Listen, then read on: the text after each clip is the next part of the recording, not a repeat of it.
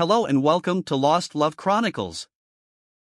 Dear listeners, before we get started, drop a quick hi in the comments and let us know where you're tuning in from. Also, if you have any suggestions for us to make the channel better, please let us know. Now let's start with the story. Calvin Whitaker didn't just walk through Harlem, he owned every block he stepped on. At 32, he had the kind of presence that made other men step aside and women take notice. 6'2" with shoulders broad enough to carry the weight of his neighborhood's respect, Calvin had built himself from nothing into something that mattered. He moved like a man who knew exactly who he was and what he was worth. Every nod from a corner hustler, every respectful glance from a rival crew, it all said the same thing: that's Calvin. Don't play with him. People spoke his name with a mix of fear and admiration. The barbershops told stories. The bodegas played his favorite tracks when he walked in. Even the cops knew not to come at him without backup or a plan. In his circle, Calvin wasn't just respected. He was the standard. "Yo, see, you hitting the spot tonight?" his boy Dre asked one evening, pulling up in a blacked-out Charger. Calvin smirked, sliding his Cartier shades down just enough to show his eyes. "Nah, not tonight. Got plans." Dre laughed, already knowing what that meant. "Bianca again?" Calvin didn't answer. He didn't have to. His silence said everything. Because Bianca Morales was the kind of woman who could make a player forget his own rules. And when Calvin fell, he fell hard enough to shatter everything he thought he knew about himself. He was a player in every sense of the word. He had 3 different women he'd take to 3 different restaurants on 3 different nights of the week.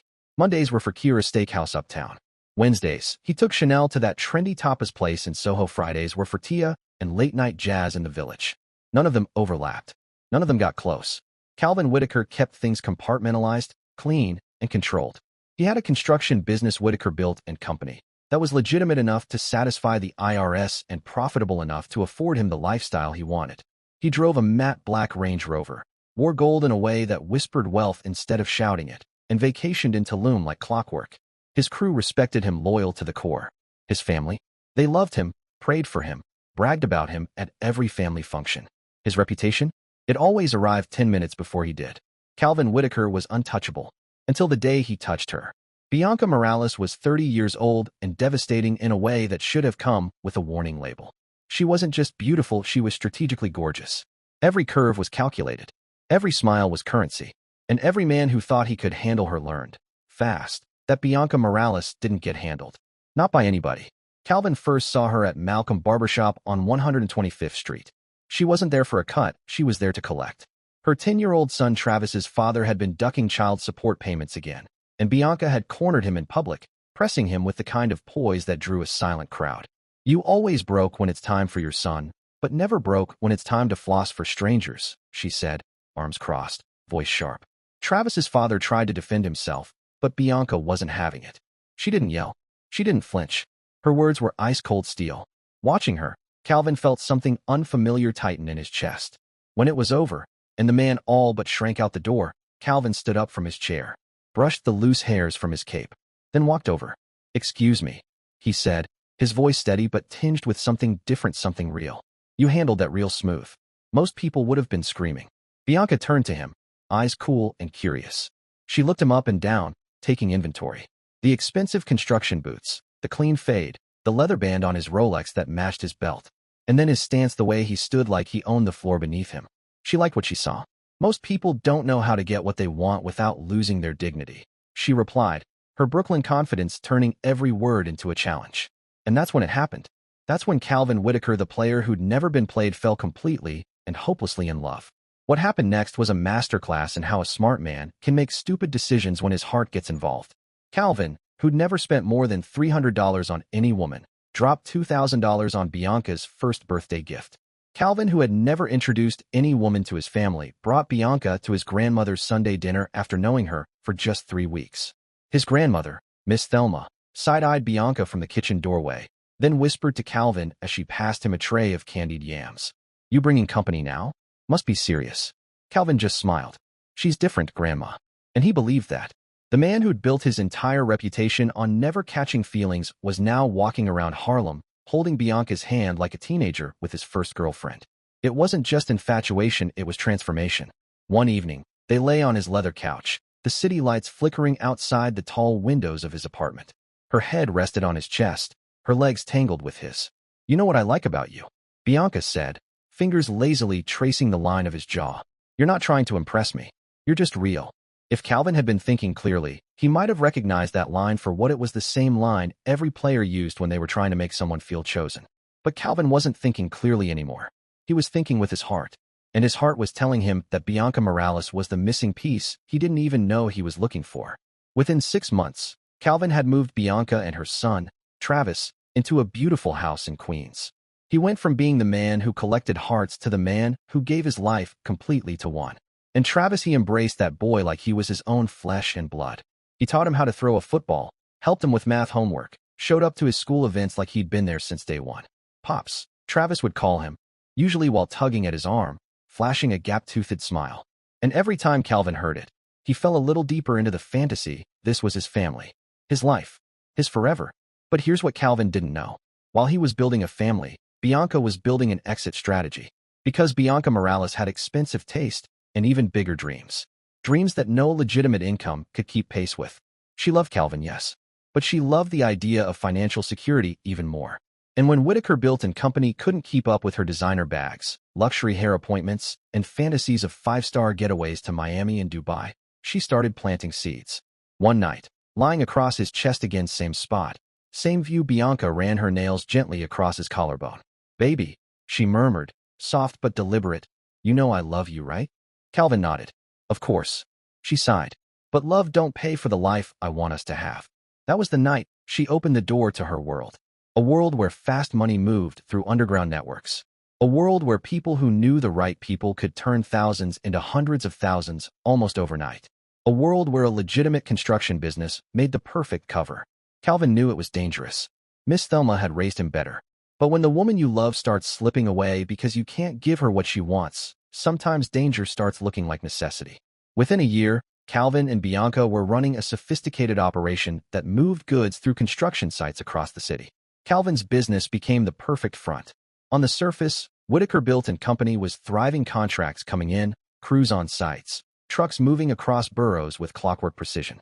But underneath the scaffolding and permits, a much darker engine was humming. And for the first time since they'd been together, Calvin had enough money to make Bianca smile the way she smiled in his dreams. She wore that smile to bed, wore it on shopping trips, wore it to brunches with friends who whispered behind champagne glasses. To Calvin, it meant everything. They were partners in everything, or so he thought. What he didn't know was that Bianca was already 3 moves ahead, playing a game he didn't even realize had started.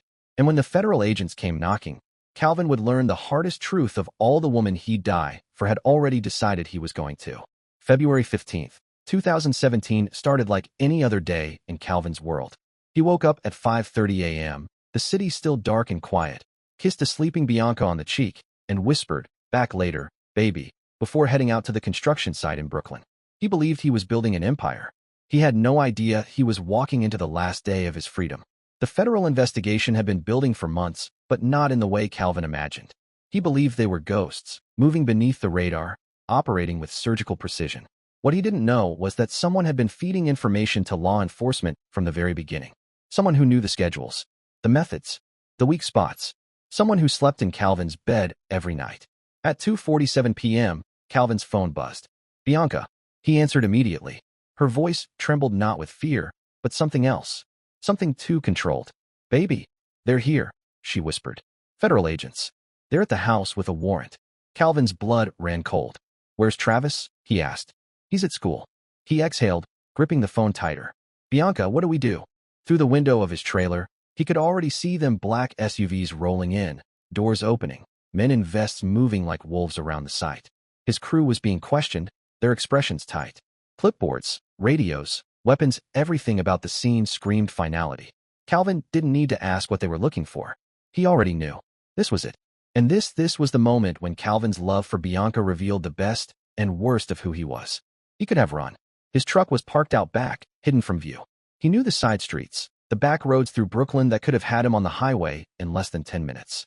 He could have called his lawyer, could have cut a deal, named names, saved himself.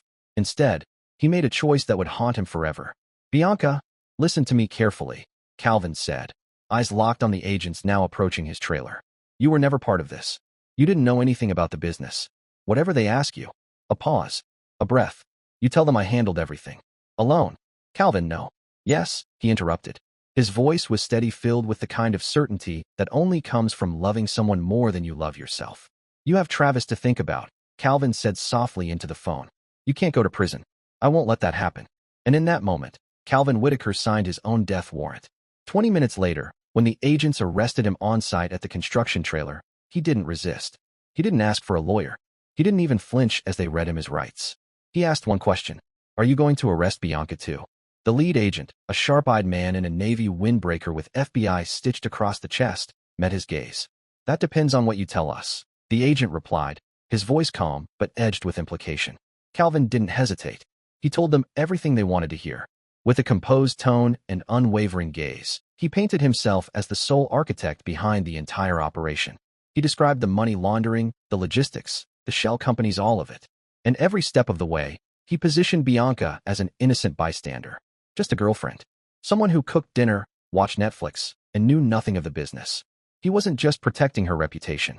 He was, in his mind, saving her life. What Calvin didn't know was that Bianca had been building a very different story, one that didn't include saving him.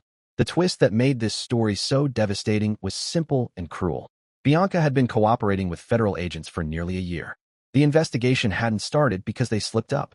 It had started because Bianca had been caught in a separate, smaller operation 6 months earlier, something Calvin never even knew about.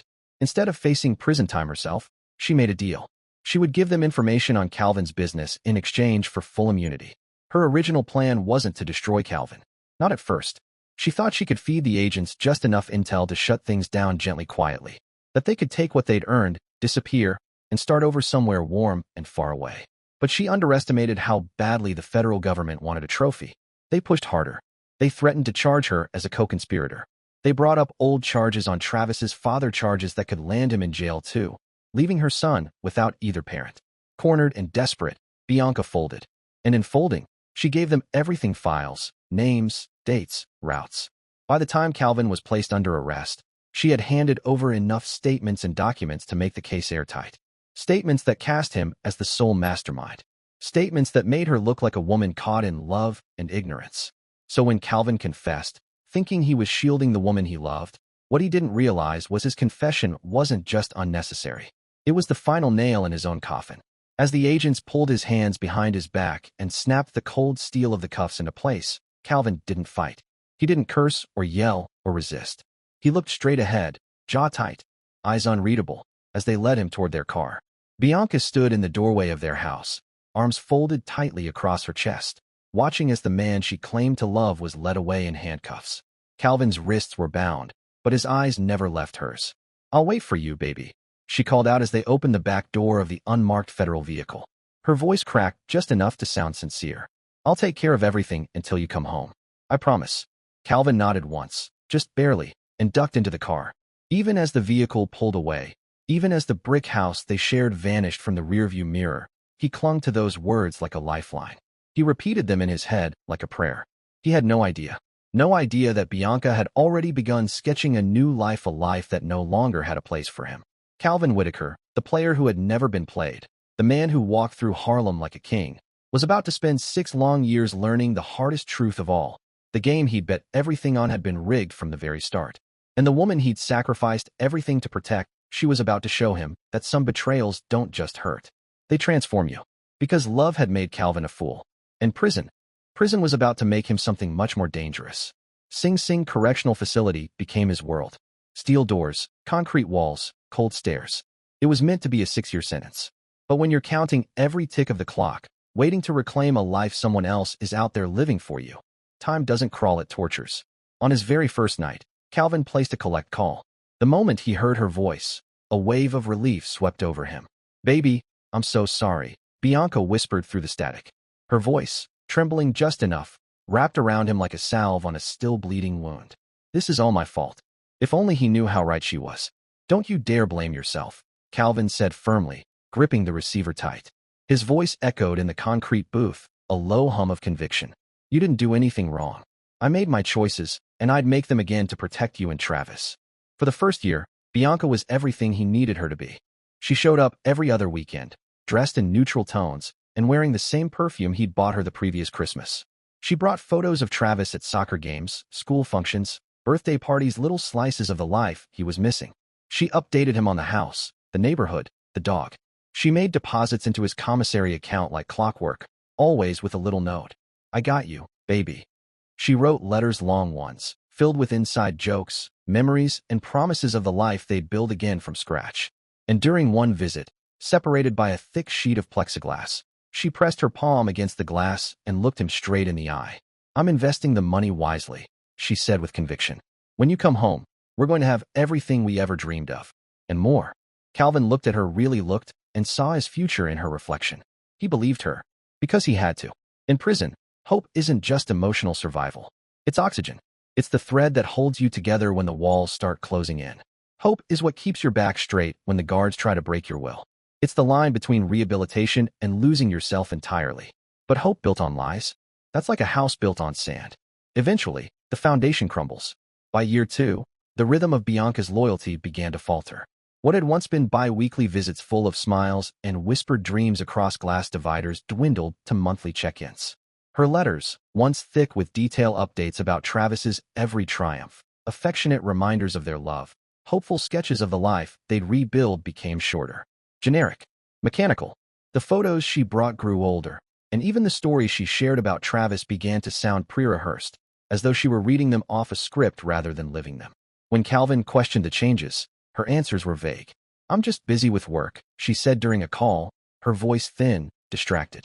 Travis has been having some problems at school, and I'm trying to keep everything together for when you come home. Calvin nodded silently in his cell, phone pressed tightly to his ear. He wanted to believe her. His cellmate, Ruben, a grizzled man with deep creases around his eyes and a voice like gravel, had been watching it all unfold. That night, Ruben sat on the edge of his bunk as Calvin silently read one of Bianca's latest letters, just 2 flat sentences scribbled on a blank sheet of paper. No, I miss you. No, can't wait until you're back. Just a brief update about a bill and a line about being tired. Young blood, Ruben said, his tone laced with the kind of quiet warning born of experience. When someone starts changing on you while you're locked up, it ain't because they're busy. It's because they're becoming someone else. Calvin didn't look up. He didn't want to hear it. He couldn't afford to hear it.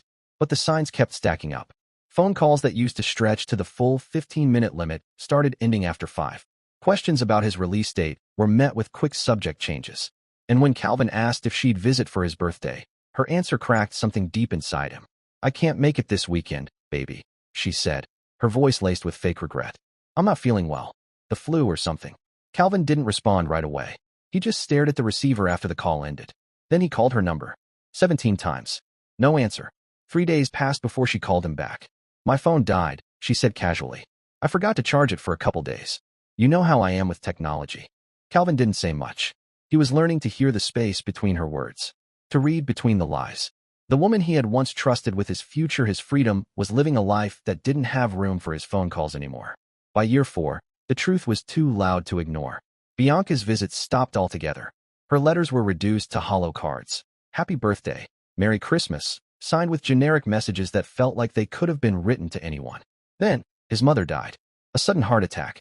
Calvin was granted a 2-day temporary release to attend the funeral. Clad in his prison-issued suit and shackled at the ankles, he stood beside his mother's casket with hollow eyes. That's when he learned the first brutal truth about what Bianca had been doing with his money and his freedom. His Aunt Paula stood beside him as they gazed at the freshly turned soil. Her voice trembled with something more than grief. Son, she began slowly, carefully. I don't know how to tell you this. Calvin turned to her, his jaw clenched. Tell me what? Paula looked away, her eyes brimming. Bianca sold the house. The words hit Calvin like a physical blow. Calvin's breath caught in his throat. What do you mean she sold the house? He asked, eyes wide, voice sharp. Aunt Paula sighed, her eyes filled with the kind of sorrow that comes from being the bearer of unbearable truths. She sold it 6 months ago, she said gently. Said it was too much for her to maintain alone. Her voice trailed off, hesitant now. Calvin's gaze sharpened. But what, Aunt Paula? Paula glanced away toward the rows of headstones. Her voice lowered. She's been seen around town, with different men, young men, and word on the street is she's been gambling heavy. That new casino in Queens. People say she even got some kind of surgery. Changed her whole look. Calvin felt the ground lurch beneath him. His knees nearly gave out. The house wasn't just walls and floors, it was theirs. The future they had whispered about in bed, planned for in letters, protected in his heart. They were supposed to raise Travis there, grow old in those rooms. And Bianca had sold it like it meant nothing without even telling him. That night, still dressed in black from the funeral, Calvin stepped into his mother's quiet house and picked up the phone.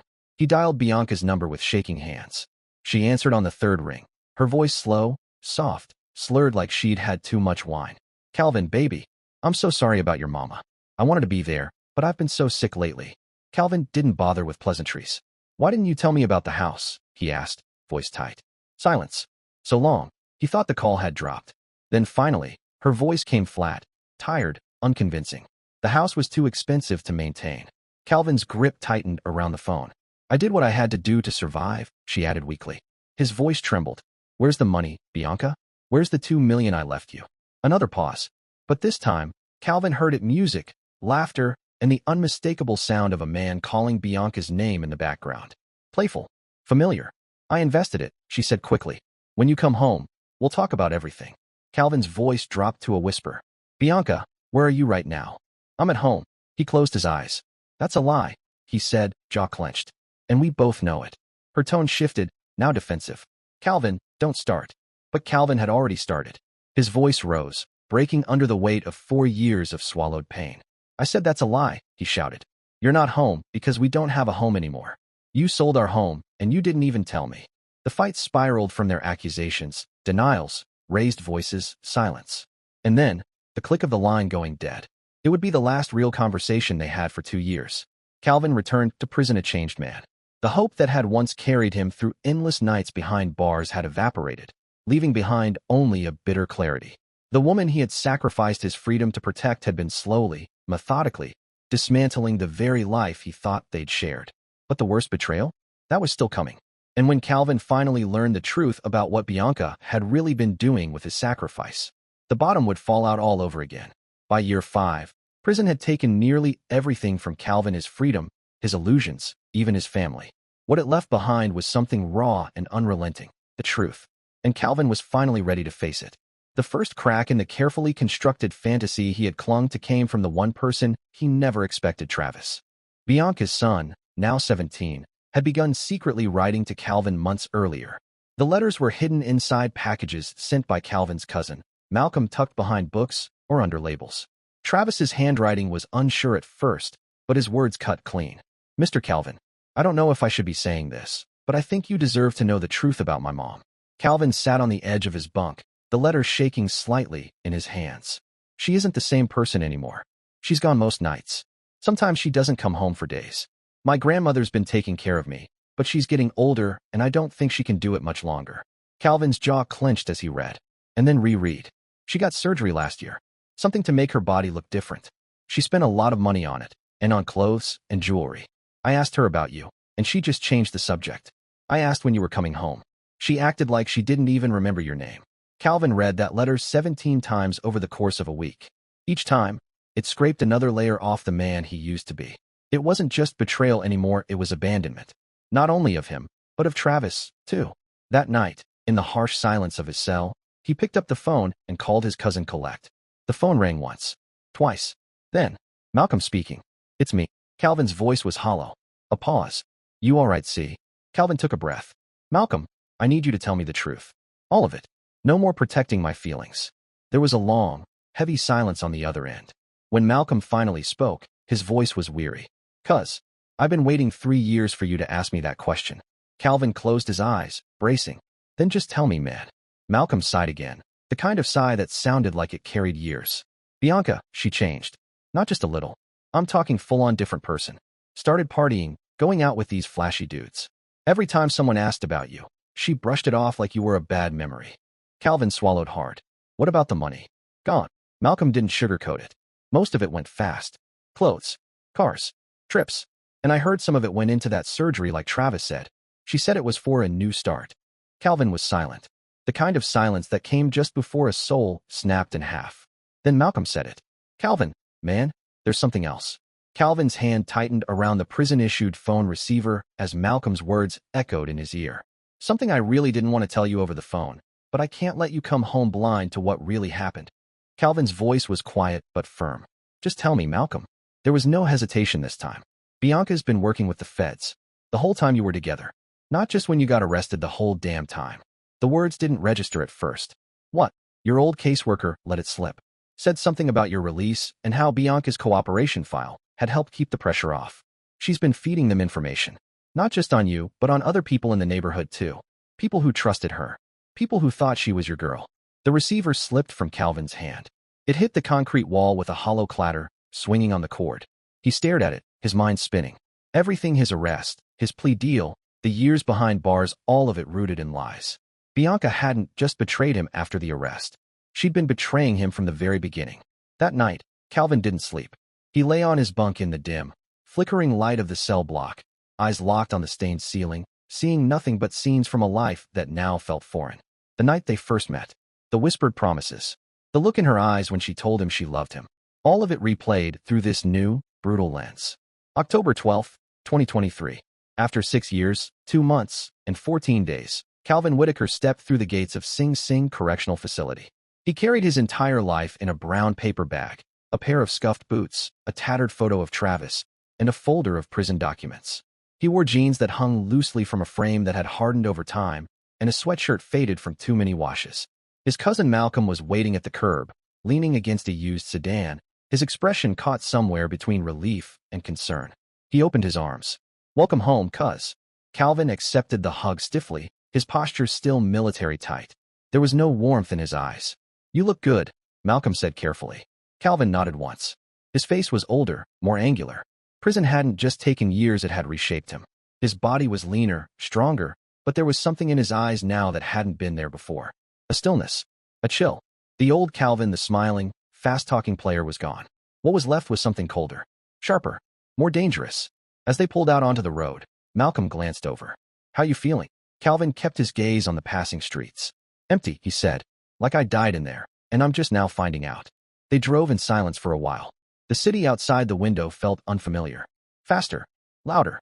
As if time had chosen not to wait for him. Malcolm finally pulled into a quiet side street in the Bronx and parked outside a small brick building. "It's not much," he said as they got out. "But it's yours. Clean. Decent. Got what you need to start fresh." Calvin looked up at the apartment building. No lights in the windows. No sound from the street. "It's not near Queens," Malcolm added, unlocking the door.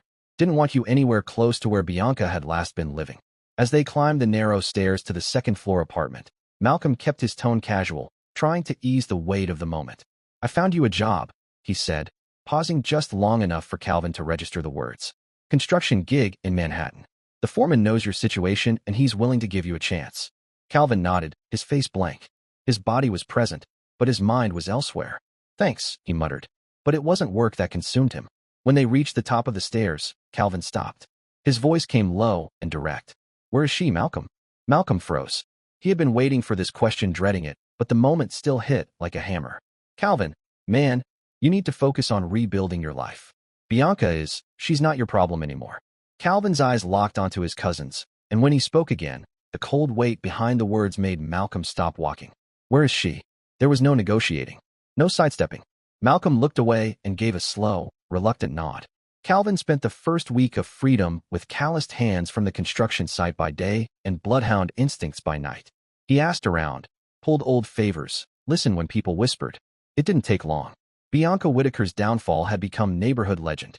Her name floated in barbershops like a curse. Her story a cautionary tale passed down on front stoops and late-night corners. Everyone had a version. She'd gone through the $2 million in under 3 years. The Brazilian butt lift alone had cost $40,000. Then came the designer brands, the Cartier bracelets, and flashy Miami vacations with men barely old enough to rent a car. But nothing drained her faster than her addiction, the roulette tables in Atlantic City and the blackjack games in Queens. She used to hit Atlantic City 3-4 times a week, said Monica, the older Dominican woman at the corner store where Bianca had once bought scratch tickets. She stood behind the register, shaking her head, always talking about the next big win, like she was chasing a ghost.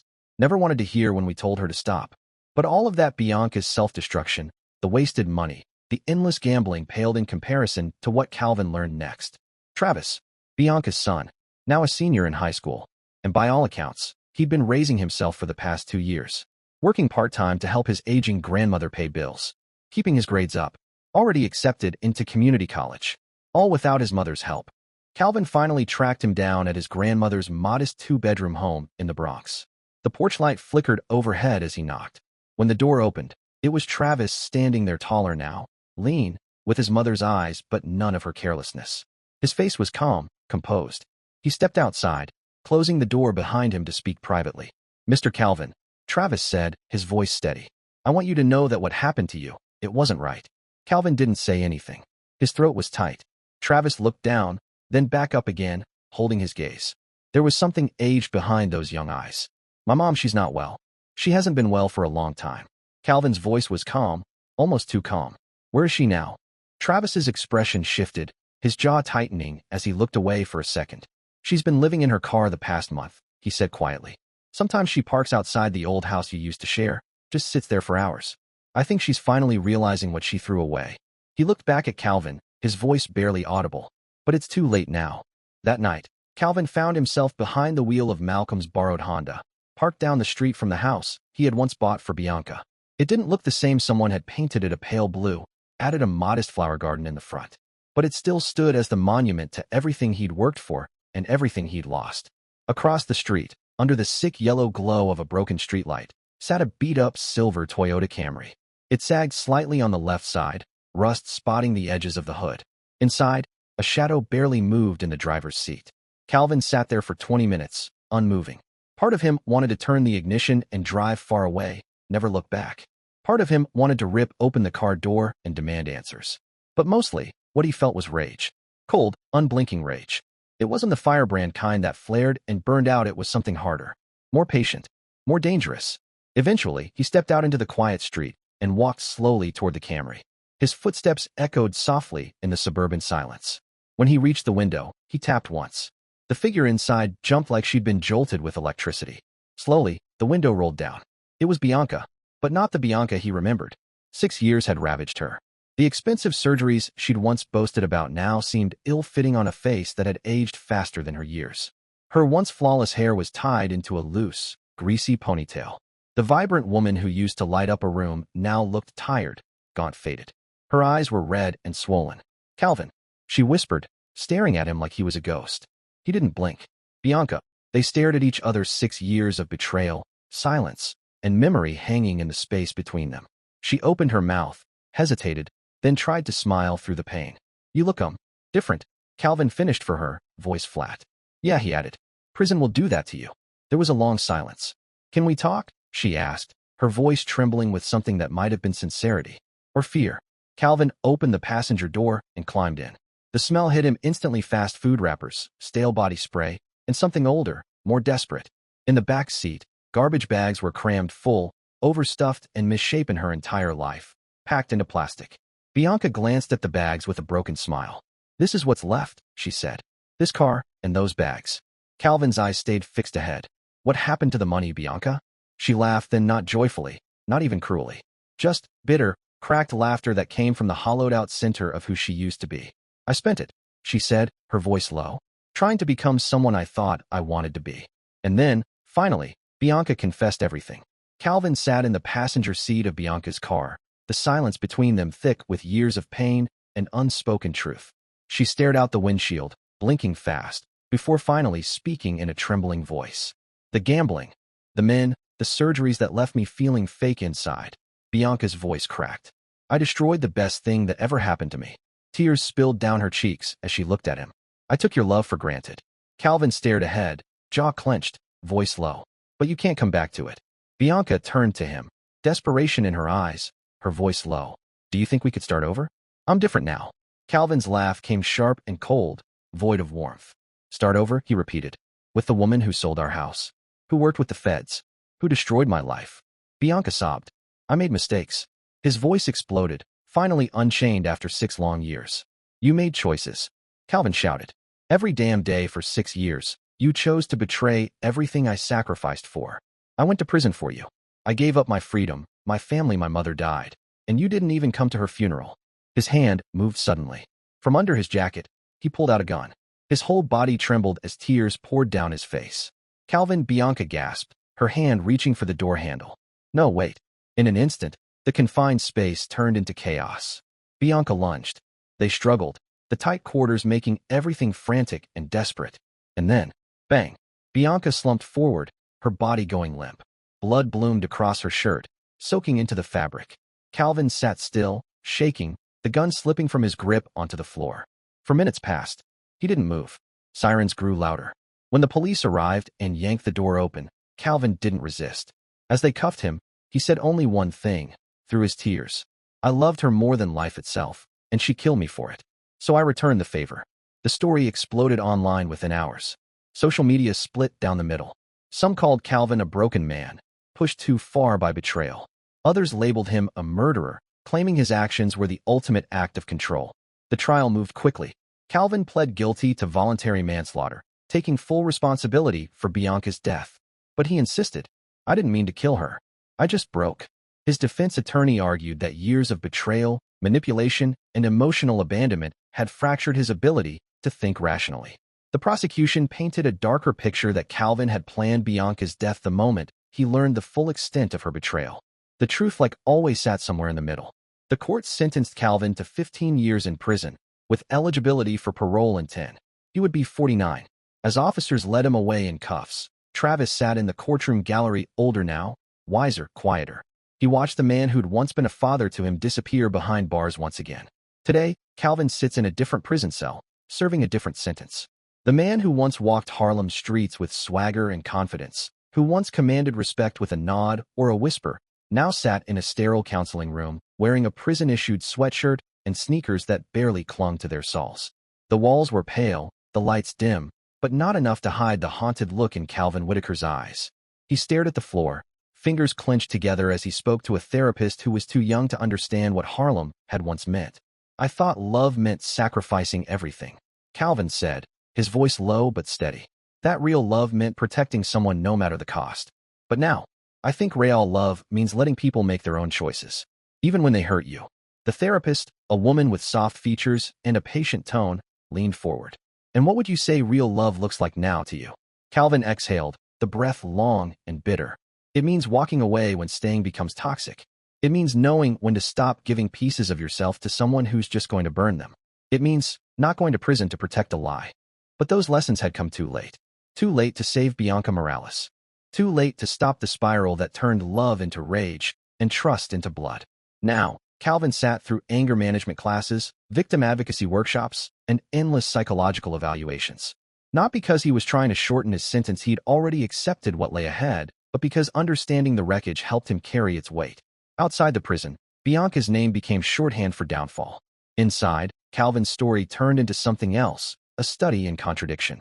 A case file filled with love letters, court transcripts, and mugshots. His story forced uncomfortable questions. Was Calvin a man broken by betrayal, or a possessive lover who couldn't let go? Was Bianca a manipulative survivor, or a woman who cracked under pressure? The truth refused to take sides. In many ways, they were both victims, and both perpetrators, of a love story built on weak foundations and maintained by silence, denial, and desperate hope. Calvin was a player who got played by the only game he never learned how to win, the game of the heart. And so there it is, Calvin and Bianca's story. A love story that unraveled into a cautionary tale. About loving too hard. About trusting too blindly. About sacrificing everything for someone who was never willing to do the same. And somewhere, someone watching may recognize a piece of their own life. Because there are people who will see themselves in this story. Dear listeners, please share your thoughts in the comments section below and don't forget to like, share, and subscribe.